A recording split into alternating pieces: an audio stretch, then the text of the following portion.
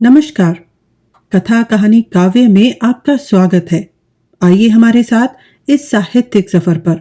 मेरा नाम है मनीषा और हमारी आज की कहानी है झांसी की रानी लक्ष्मीबाई, भाग 14।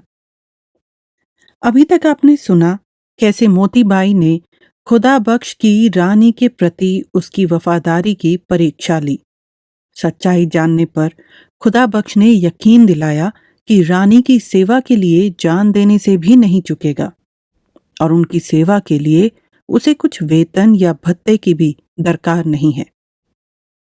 रानी ने घुड़सवारी के लिए बाहर निकलने के साथ मर्दानी पोशाक पहनना शुरू कर दिया था। केशों के साफा बांधने में असुविधा के चलते उन्होंने काशी जाकर बाल मुंडवाने के लिए गार्डन को अर्जी दी, जो उसने अस्वीकृत कर दी। इस पर रानी ने स्वराज्य मिलने पर ही मुंडन करवाने का प्रण ले लिया। दामोदर राव के जनेऊ के रस्म के लिए उसके अंग्रेजी सरकार के पास जमा रकम में से रानी ने 1 लाख रुपए मांगे, जिसको देने में भी अंग्रेजों ने शर्त लगा दी। इन सब बातों से रानी को क्षोभ हो रहा था। झांसी, मऊ, मेरठ, दमदम, बारकपुर छावनियों में सिपाहियों में उठने वाली खिन्नता का भी रानी को पता लग रहा था। क्रांति की तैयारी ढकी छिपी चल रही थी। अंग्रेजों को इस बात की कोई खबर नहीं थी। अंग्रेजों का स्वार्थ कार्य शास्त्रीय और वैज्ञानिक ढंग से चल रहा था, लेकिन हिंदू और मुसलमान दोनों ही समुदाय मना रहे थे कि खोया हुआ अधिकार कब और कैसे हमारे हाथ में आए। अब आगे। मध्याह्न। सन 1913 की दिवाली की गई। रीति निभाने के लिए लक्ष्मी जी का पूजन हुआ, दिए जलाए गए। नगर का बाहरी रूप जगमगा उठा। किले पर भी कुछ दिए हिंदू मुसलमान सिपाहियों ने जलाए। लक्ष्मीबाई के शहरी महल पर भी रोशनी हुई, परंतु हृदय सुनसान थे। वहां कोई जगमगाहट न थी। अब की बार अंग्रेजों के बंगलों पर दिए नहीं जलाए गए, क्योंकि अंग्रेजों ने सोचा इस संपर्क से ईसाइयत को धब्बा लग जाने का अंदेशा है। इससे जनता की धारणा और पक्की हो गई, अंग्रेज हमारे नहीं हैं, हमारे कभी हो ही नहीं सकते। मकान के बाहर दिए धरने की रस्म के बाद जूही मोतीबाई के घर आई। जूही यौवन के बसंत में थी, बड़ी आंखों में चमक, नीचे देखने के समय लंबी बरौनिया लाज के पावड़े से डालने वाली, परंतु कुछ उदास थी। मोतीबाई ने नौकरानी को और में बिठला दिया और जूही के साथ एकांत में बातचीत करने लगी। पूछा, आज उदास क्यों हो? क्या बात है? वे आए हुए हैं, बिठूर वाले सरदार। तब तो तुम्हें प्रसन्न होना चाहिए था। देखती हूं बिल्कुल उल्टा, मुंह लटका हुआ। आज पहली बार ही बात हुई और रूखे बोले। किस प्रसंग पर? उन्होंने अपने निवास स्थान पर बुलवाया। पहले कभी ऐसा नहीं हुआ था। मुझे संकोच हुआ, परंतु हिम्मत करके चली गई। सामने पहुंचने पर मैं शर्म से डूबने लगी। मुश्किल से मुस्कुराकर हाथ जोड़े और चुपचाप खड़ी हो गई। अभिनय तो बुरा नहीं था। अभिनय ही तो नहीं था। अभिनय करना चाहा, नहीं कर सकी। मैं अपने को भूल गई। उन्होंने भौहें सिकोड़ कर कहा, क्या सेना में जाकर ऐसे ही खड़ी हो जाती हो? मैंने तब कुछ निवेदन किया। वे जल्दी में होंगे, उतावली कर गए। मुझे तो अचरज हुआ, पहले कई बार देखा देखी हुई थी। आजकल में? नहीं, कई महीने पहले, जब वे कर्नल साहब के यहाँ आकर ठहरे थे। तब क्या हुआ था? मैं समझी नहीं। उनको देखकर न जाने मन में कैसी उथल पुथल हो जाया करती थी। उन्होंने देखा एक क्षण भर। उसी क्षण के भीतर कुछ इस प्रकार हेरे कि मुझको ऐसा लगा मानो घंटों देखते रहे हों। मैंने तो शीघ्र आंख हटा ली थी। फिर मकान के पास से निकले। मैं आहट पाकर उनकी आंख के रास्ते में आ गई। उन्होंने बहुत कम देखा, परंतु मैं बहुत देर बार बार देखती रही। वे चले गए, मुझे बहुत खला। होता है। फिर क्या हुआ? वे यहाँ 2-3 दिन रहे। मैंने निरंतर उनको अच्छी तरह देख भर लेने की कोशिश की। उन्होंने देखा मैं अघा गई। मैंने फिर उनकी दृष्टि को पकड़ने का प्रयास किया, परंतु वह किसी ख्याल में ऐसे मस्त थे कि उनको जूही के मकान का भी स्मरण न रहा होगा। जिस दिन जाने लगे, मैंने खिड़की में से निर्लज्ज होकर उनको नमस्ते किया। उन्होंने बिना किसी लिहाज के मुस्कुराकर मेरी नमस्ते का जवाब दिया। तब और क्या होता? उनको जाते जाते कुछ संयम मिल गया, घर पर आने की कृपा की। यह तुमने बतलाया था? मैं सहम गई, सिर नीचा किए खड़ी रह गई। बोले, यदि मुझको खुश करना चाहती हो तो मोतीबाई जी जो कुछ काम बतलावें उसको बहुत होशियारी के साथ किया करो। मैंने हामी का सिर हिला दिया, परंतु मुंह से बोल नहीं निकला। उन्होंने कहा, हृदय की बात जीभ को ना मालूम होने पावे। मुझको तुम्हारा हाल मालूम होता रहेगा। ईश्वर तुम्हारी मदद करे। और वे चले गए। मैंने बहुतेरा उनकी आंख के चमत्कार को देखने का प्रयत्न किया, पर वे नहीं मुड़े। मैंने उनकी पीठ को इस तरह निगाह गड़ाकर देखा जैसे वे देख ही रहे हों। चले गए। उसके बाद जो कुछ करती रही हूं, आपको मालूम है। मैं महारानी साहब को सुनाती रही हूं। वे सरदार साहब को सूचना देती रहती हैं। अभी बीच में एक दिन के लिए और आए थे। हम्म। तब भी घर पर आए थे, बहुत देर के लिए। मैंने निश्चय कर लिया था उनको जी भरकर देखूंगी, न देख पाई। उन्होंने कुछ बातें पूछी, कुछ बतलाई। मेरा सिर और आंखें इतनी भारी हो गई थी कि उठा न पाई। उनकी सुनती गई और मंजूर करती चली गई। नीचे नीचे जरा सा देख लेती थी। वे बात करते मुस्कुराते थे और मुझको मन में गुदगुदी सी झकझोरती थी। मैं खूब हंसकर कुछ कहना चाहती थी, हंस कतई नहीं पाई, बात भी कम कर पाई। जो कुछ बात हुई आपको सुना दी थी, परंतु और सब कहने का उस दिन मौका न आया था। अरे पगली, इसमें उदास होने की कौन सी बात हुई? नहीं बाई जी, मैं जो कुछ कर रही हूं आपके हुक्म से और अपने राजा रानी के निमक के अदा होने के लिए। चाहे मैं मार भले ही डाली जाऊं, परंतु क्या वे मेरे सिर पर एक बार हाथ भी नहीं फेर सकते थे? यह उनकी गलती है। काम करने वालों का मन रखने के लिए, बढ़ावा देने के लिए बहुत मिठास बरसाना चाहिए। वह तो आपसे मुझको बहुत मिल जाता है। किसी दिन रानी साहब के सामने तुमको पेश करूंगी। वह बहुत देर बात करेंगी। मेरा जिक्र तो आता होगा, बहुत बार, परंतु वे अभी बहुत लोगों से मिलना उचित नहीं समझती। एक दिन आवेगा जब तुम उनकी सहेली सेना में भर्ती हो जाओगी। मैं चाहती हूं उनके कदमों में मेरा सिर कट कर गिरे। सरदार साहब के पूछने पर तुमने क्या निवेदन किया?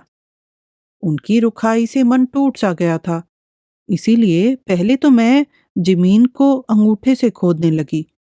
फिर हिम्मत करके बतलाया कि फौज के हिंदू मुसलमानों को ईसाई बनाने की कोशिश की जा रही है। उन्होंने ब्यौरा मांगा। मैंने कहा कि सिपाहियों को लोभ दिया जा रहा है कि यदि वे ईसाई हो जाएं तो उनका वेतन भत्ता बढ़ा दिया जाएगा, और जो सिपाही पहले ईसाई होगा उसको तुरंत हवलदार का पद दे दिया जाएगा। बाकी कुछ नहीं कह सकती, क्योंकि रौ डालने को जी चाहता था। यह कहकर चली आई कि फिर सुनाऊंगी, अभी पूजा करनी है। मुश्किल से लक्ष्मी पूजन करके दिए घर कर आपके पास चली आई हूं। मोतीबाई ने जूही को लिपटा लिया। उसने जूही को रोने नहीं दिया। बोली, यूं ही फुसफुसा नहीं जाना चाहिए। देखो वे कितना कठिन और कितना नाजुक काम कर रहे हैं। नाटकशाला में जो लोग तमाशा देखने आते थे, क्या वे घर से हंसते-हंसते आते थे? संसार के दर्द को बिसारने के लिए लोग नाटकशाला में बैठ जाते हैं। उनकी रुखाई या अवहेला को देखकर यदि हम लोग रंगमंच पर उदास या उदासीन हो जाएं, तो खेल बनेगा या बिगड़ेगा? जूही ने मोतीबाई के कंधे पर अपनी आंखें छिपा कर कहा, रंगमंच पर हम अपने असली रूप में जाते ही कब हैं? मोतीबाई ने जूही की ठेस को समझ लिया। बोली, मैं उनका जवाब तलब करूं?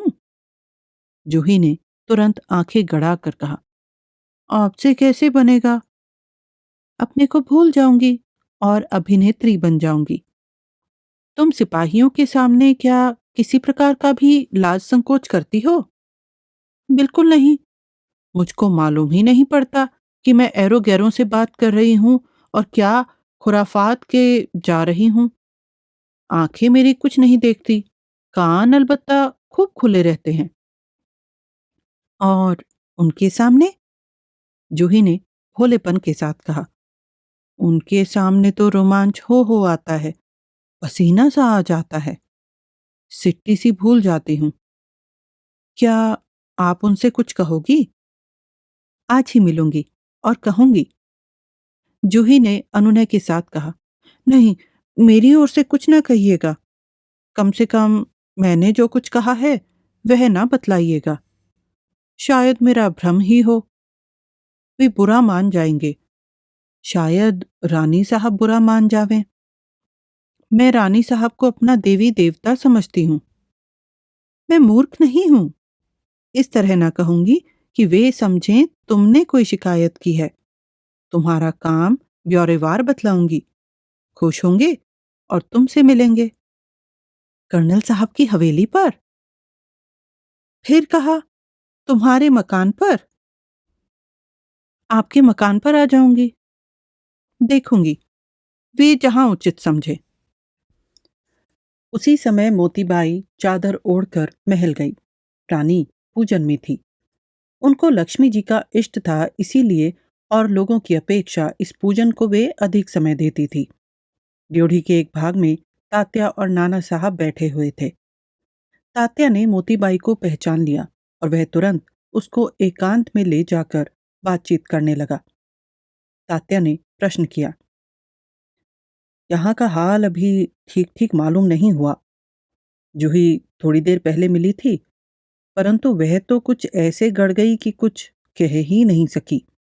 केवल यह आश्वासन दे गई कि फिर बतलाऊंगी। मोतीबाई ने निसंकोच भाव के साथ उत्तर दिया, आप स्त्रियों की प्रकृति को नहीं जानते। सुना है कि उनकी प्रकृति टेढ़ी होती है। अभी तक इस विषय के अध्ययन करने का समय नहीं मिला।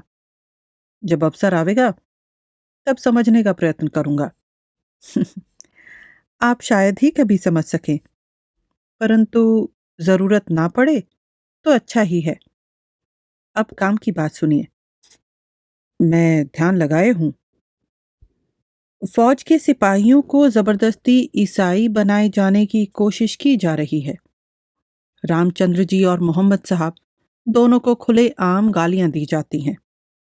ईसाई बनने के लिए तरह तरह के प्रलोभन दिए जाते हैं। एक अंग्रेज अफसर तो यहां तक कहता था कि कुछ दिनों में सारा हिंदुस्तान ईसाई हो जाएगा। ना एक मंदिर बचेगा और ना एक मस्जिद रहेगी। इस तरह के समाचार सब तरफ से आ रहे हैं। क्या सचमुच ऐसा दिन आने वाला है? विश्वास रखो, वह दिन कभी नहीं आवेगा। मुझको यह बतलाओ कि यहाँ के सिपाही खुद क्या भावना रखते हैं। मुझको पक्का भरोसा है कि 1% भी हिंदू या मुसलमान सिपाही किसी भी लालच में आकर अपने धर्म ईमान को नहीं बिगाड़ेगा। यह तो हम सब लोग जानते हैं। मुझको यह बतलाओ कि गोरों की इस हरकत का यहाँ की फौज पर क्या असर पड़ा है।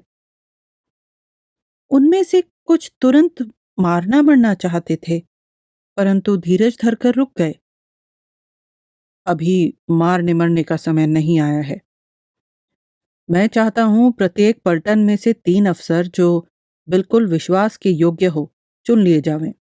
उनको कब और क्या करना होगा, वह 2-1 महीने पीछे बतलाया जावेगा। उनसे कह दिया जाए कि वे ईसाई तो होंगे ही नहीं, पर इस समय अपना सब्र न खो बैठें। क्रोध भरे रहें, परंतु उसको निकलने किसी प्रकार न दें, नहीं तो सब किया कराया मिट्टी में मिल जावेगा। अब की बार आऊँगा, तब जो कुछ करना है उसकी तारीख और समय बतलाता जाऊँगा। आप या जूही इस काम को कर सकेंगी? मेरे लिए मशहूर है कि मैं बाहर बहुत कम निकलती हूँ, महलों में आती जाती हूँ। फौज में नृत्य गान के लिए मेरा आना जाना तुरंत संदेह उत्पन्न करेगा और बाई साहब भी यह पसंद न करेंगी। जूही को इसी कारण महल में नहीं बुलाया जाता। वह बहुत अच्छा नाचती गाती है। ईश्वर ने उसको रूप भी दिया है और जबरदस्त संयम। वह आपको चाहती है। मुझको? मोतीबाई, यह जमाना बुद्धि और तलवार को मांझने का है, न कि मन को रस में डुबोने का। तब आप उसको अपने रस में डूबा रहने दीजिए। तभी तो मैंने कहा कि आप नारी प्रकृति को नहीं जानते। क्या नारी प्रकृति पुरुष प्रकृति से बहुत भिन्न होती है? कह नहीं सकती। शायद किसी दिन आप इस विषय को समझें। ऐसा नहीं है कि मैं नारी प्रकृति को बिल्कुल ही नहीं जानता हूं, परंतु सामने इतने महत्व का बड़ा काम है कि और कुछ सूझता ही नहीं। आप कृपा करके जूही से जरा मीठा बोलिए। एक बार उसके सिर पर शाबाशी का हाथ फेर दीजिए। वह अपने काम का कमाल कर दिखलावेगी। मैंने आपसे सबक लिया और गांठ बांध ली। आपको औरतों से अभी बहुत सीखना है। तात्या ने देखा मोतीबाई के प्रबल सौंदर्य में विलक्षण शोखी है और शोखी में कोई दृढ़ सत्य। हंसकर बोला, मानता हूं, पर आपको जूही को वह काम करते देखना है जो मैंने बतलाया है। मोतीबाई ने भी हंसकर कहा, मेरी नहीं, आपकी, आप लोगों की जूही। बेशक बेशक। बतलाइए, फौज के देसी अफसरों पर उसका क्या प्रभाव हो गया है? हो गया है अनेक पर। इस प्रभाव को बढ़ाना है, बढ़ जाएगा। और कोशिश यह करनी है कि अभी भड़क ना उठें। जो तारीख और समय नियुक्त होगा, उसकी बाट जो है, हो सकेगा। एक पलटन के 3 अफसरों को खास तौर पर चुनना है। मुझको जूही की बुद्धि का भरोसा है। मैं उससे आज ही बात करूंगा। आप तो रानी साहब से बात करने के लिए ठहरेंगी? फिर कभी मिल लूंगी। आप मेरी बात उनसे कह दीजिएगा। मैं जाती हूँ। मोतीबाई समझ गई थी कि तात्या इत्यादि बिल्कुल एकांत में रानी से बातचीत करना चाहते हैं, इसीलिए वह नहीं ठहरी। पूजन के उपरांत नाना साहब और तात्या की भेंट रानी से हुई। रानी लक्ष्मीबाई आज बिल्कुल लक्ष्मी सी भासित होती थी। नाना ने कहा, मैंने अपने एक विश्वस्त आदमी अजीमुल्ला खां को विलायत भेजा था। अर्जी अपील स्वीकृत नहीं हुई। हो जाती तो कुछ रुपया मिल जाता। कम से कम दादा साहब के जमाने का जो 66,000 रुपया बाकी है, वही मिल जाता। परंतु अंग्रेजी सरकार तो बेईमान और अन्यायी है। उसने सब नामंजूर कर दिया। इसका अब अधिक रंज नहीं है। रुपए की कमी पूरी हो ही जाएगी। अजीमुल्ला देश विदेश घूमा है। वह इटली गया, तुर्की में रहा, रूस भी पहुंचा और ईरान होकर लौट आया। उसने तुर्की के साथ चिट्ठी पत्री की है। इटली में इस समय एक प्रबल पुरुष गैरिबाल्डी नाम का है। वह अंग्रेजी जहाजी बेड़े को अपने जहाजी बेड़े से नष्ट कर देगा। रूस से मदद मिलेगी। सब कहते हैं कि अंग्रेज हिंदुस्तान में खुल्लम खुल्ला और आड़े ओट लेकर बहुत निंदनीय काम कर रहे हैं। बहादुर शाह बादशाह ने ईरान के शाह से लिखा पढ़ी की है। काबुल तो हतोत्साह है, परंतु शायद ईरान बादशाह की कुछ सहायता करे।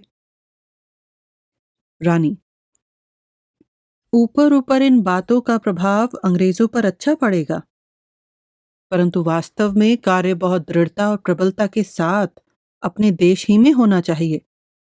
मुझको विश्वास है कि जनता अपने साथ है। वह बहुत बड़ा बल है। अंग्रेजों के हाथ में सीखी सिखाई हिंदुस्तानी फौज है।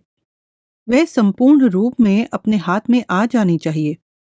तोप ढालने वाले और बारूद बनाने वाले कारीगर हाथ में हो गए हैं, क्योंकि उपद्रव होते ही अंग्रेज लोग अपना सामान नष्ट कर देंगे और फिर हम खाली तोपों से कोई काम नहीं कर सकेंगे। प्रबंध कर लिया है। हमको ऐसी तोपें चाहनी पड़ेंगी जो चलते समय धक्का न दें और जल्दी गर्म ना हो जावें। इस प्रकार के कारीगरों को बराबर खोजा है, कुछ मिले भी हैं। खबर लगी है कि झांसी में इस चतुराई वाले कारीगर हैं। हाँ, हैं। मैंने कुछ इकट्ठे किए हैं। ऐसी बारूद बनाने वाले भी मैंने ढूंढे हैं जो धुआं बहुत कम दे। नाना, अब ज्यादा विलंब नहीं किया जावेगा। और कितने दिन लगेंगे? कुछ महीनों से अधिक नहीं। मेरी सम्मति में अभी जरा और संयम और अनुशासन की आवश्यकता है। तात्या, मैं बिल्कुल मानता हूं भाई साहब, परंतु ऐसा जान पड़ता है कि विस्फोट जल्दी होगा। अंग्रेज लोग हिंदू मुसलमान सिपाहियों को ईसाई बनाना चाहते हैं। फौज की सही हालत जानने के लिए मैं अनेक साधन काम में ला रहा हूं। उन सबसे एक सा ही समाचार मिल रहा है। अंग्रेज कर्नल और कप्तान पादरी बने हुए हैं। अपने छापे की कलों में सहस्रों लेखों की संख्या में छोटी बड़ी पुस्तकें छाप छाप कर फौज में बांट रहे हैं, जिनमें हिंदू और मुसलमानों के धर्मों की बेहद निंदा की जाती है। इसके ऊपर सिपाहियों को भांति भांति के प्रलोभन देकर ईसाई बनाने की कोशिश की जा रही है। चर्बी वाले कारतूस अब भी बन रहे हैं। पहले मैं समझता था कि बंद कर दिए गए हैं और चर्बी वाली बात बहुत बढ़ा बढ़ा कर फैलाई गई है, पर अब तो निश्चय हो गया है कि बात सच्ची है। सिपाहियों को यह सब बहुत अधिक खटक रहा है कि वे धर्म के पीछे प्राण गंवाने को उठ उठ पड़ते हैं। अब उनको बहुत अधिक रोका नहीं जा सकेगा। जब शीघ्रता करने की अटक होगी, मैं कहूंगी कि अब काम करने में आधी से होड़ लगाओ, तब वैसा करना। परंतु अभी जैसे बने तैसे संयम से काम लो। नीति और युद्ध का समन्वय होना चाहिए। नाना, प्रयत्न तो यही किया जा रहा है। हम लोग इधर उधर घूमते घामते दक्षिण के तीर्थों को जा रहे हैं। राजाओं से कम बात करेंगे, जननायकों से मिलेंगे, क्योंकि बहुत दिनों तक स्वराज्य युद्ध को चलाते रहने के लिए हम लोगों को प्राण बुंदेलखंड, अवध और महाराष्ट्र से प्राप्त होंगे। तात्या, यहाँ की स्त्रियां तो ऐसा काम कर रही हैं कि मैं दंग हो जाता हूँ। हाँ, मोतीबाई और उसकी संगिनें काम कर रही हैं। मोतीबाई अभी आई थी, आप पूजा में थी। उसने पता लगाया कि फौज में ईसाई मत फैलाने का किस रूप में प्रयत्न हो रहा है। हमारे और भी लोग काम कर रहे हैं, उनमें मैंने अलग खोज की थी। मोतीबाई की बातों से उनके समाचारों की पुष्टि होती है। मोतीबाई को यह मालूम है कि हमारे कुछ और लोग भी काम कर रहे हैं।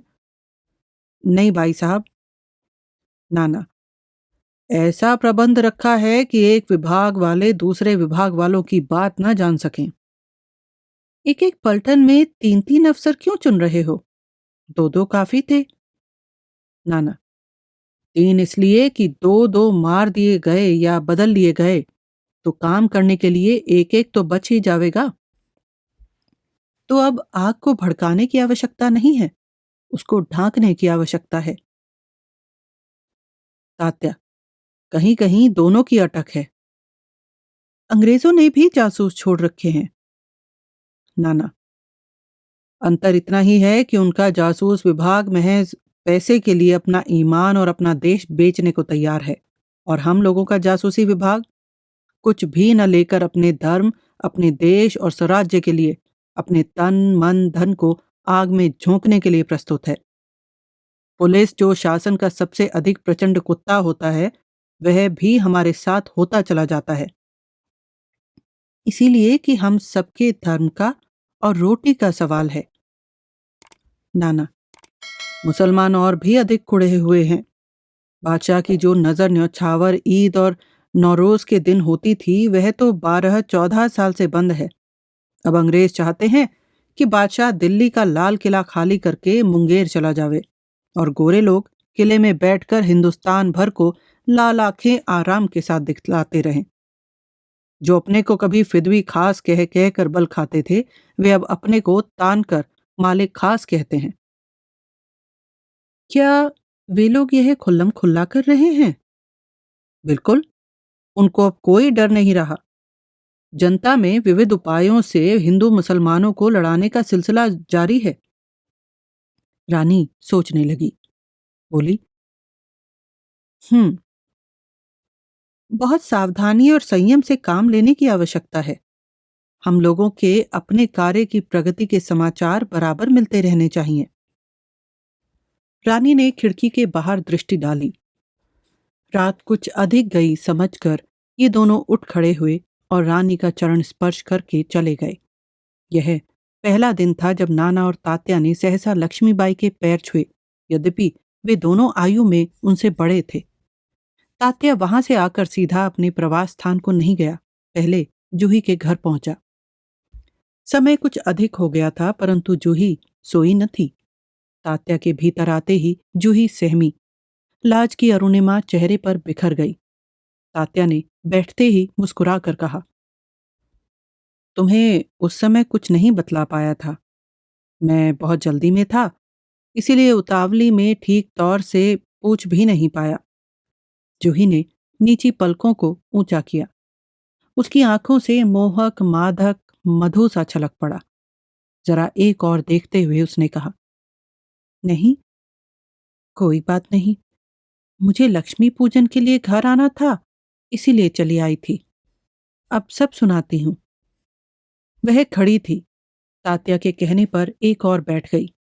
नृत्य गान द्वारा झांसी स्थित अंग्रेजी सेना में वह जो कुछ किया करती थी वह उसने ब्यौरेवार सुनाया। जब वह बात कर रही थी, केश जूटों में बंधे हुए चमेली के फूल हिल हिल जाते। बात की समाप्ति पर तात्या ने उठकर जूही के सिर पर हाथ फेरा। हाथ फेरने में एक फूल टूटकर नीचे गिर पड़ा। तात्या ने फिर खोसने की कोशिश की। जूही ने पलकें नीची किए हुए कहा, जाने दीजिए। वह तो मैंने खोस दिया जूही, तात्या बोला। मैं लक्ष्मी से मनाता हूं कि एक दिन आवे जब इस देश की मुक्ति और तुम्हारे फूलों की महक का सम्मेलन हो। जूही खड़ी हो गई। आंखें निश्चल रूप से खुल गई। श्वेत भूमिकाएं काली पुतलियों से प्रकाश झरसा पड़ा। यदि उस काम के करने में मैं या मेरी तरह की और स्त्रियां मर जाएं, तो इस टूटे हुए फूल की महक और देश की मुक्ति के सम्मेलन के वचन को न भूलिएगा, जूही ने कहा। कभी नहीं जूही। आप जा रहे हैं? कब? फिर कब आइएगा? कल चला जाऊंगा, जल्दी ही आऊंगा। कब आऊंगा यह ठीक ठीक अभी नहीं कह सकता। तात्या नमस्ते करके चला गया। उस दिन तात्या को मालूम हुआ कि वास्तव में जूही का बोधक नाम मंगलामुखी सार्थक है। हमारे साथ बने रहने के लिए धन्यवाद। आपको अभी तक ये कहानी कैसी लगी हमें नीचे कमेंट बॉक्स में बताएं। आपके कमेंट्स और लाइक हमें प्रोत्साहित करते हैं और इससे चैनल की भी मदद होती है। अपने दोस्तों और परिवार के साथ कहानियां शेयर कीजिए और अगर आपने अभी तक सब्सक्राइब नहीं किया है तो सब्सक्राइब करें और साथ में बेल आइकन दबाना ना भूलें। इससे हमारे अपडेट्स आपको सबसे पहले मिलेंगे। जल्दी ही मिलते हैं कहानी के अगले भाग के साथ।